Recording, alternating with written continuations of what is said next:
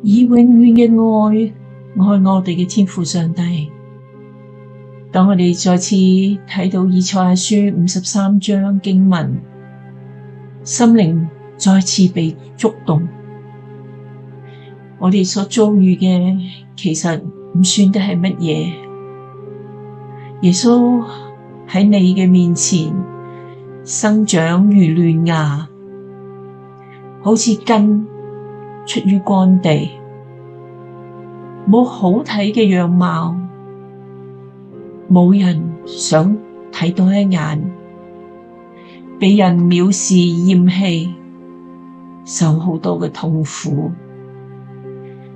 但耶穌最心痛嘅係我哋呢一班佢替我哋承擔呢一切嘅罪人，唔去尊重敬畏佢。